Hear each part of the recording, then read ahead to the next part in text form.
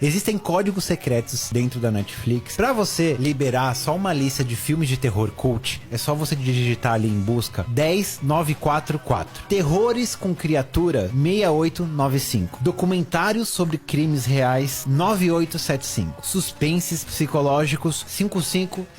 Séries de mistério 4366. Filmes sobre serial killers, só filmes sobre serial killer 8646. Animes de terror, tem uma galera aí que adora anime, 10695. Filmes de ficção científica e fantasia 1492. Filmes sobre teorias da conspiração 27346. E por último, filmes sobrenaturais 42023. Agora, se você digitar 11881, só vai aparecer os... O quê? Tem Netflix? Não é bom. É quase um cine band privê, assim, sabe? Gente! Fica a dica aí pra você que quer um código secreto da Netflix. Rapaz!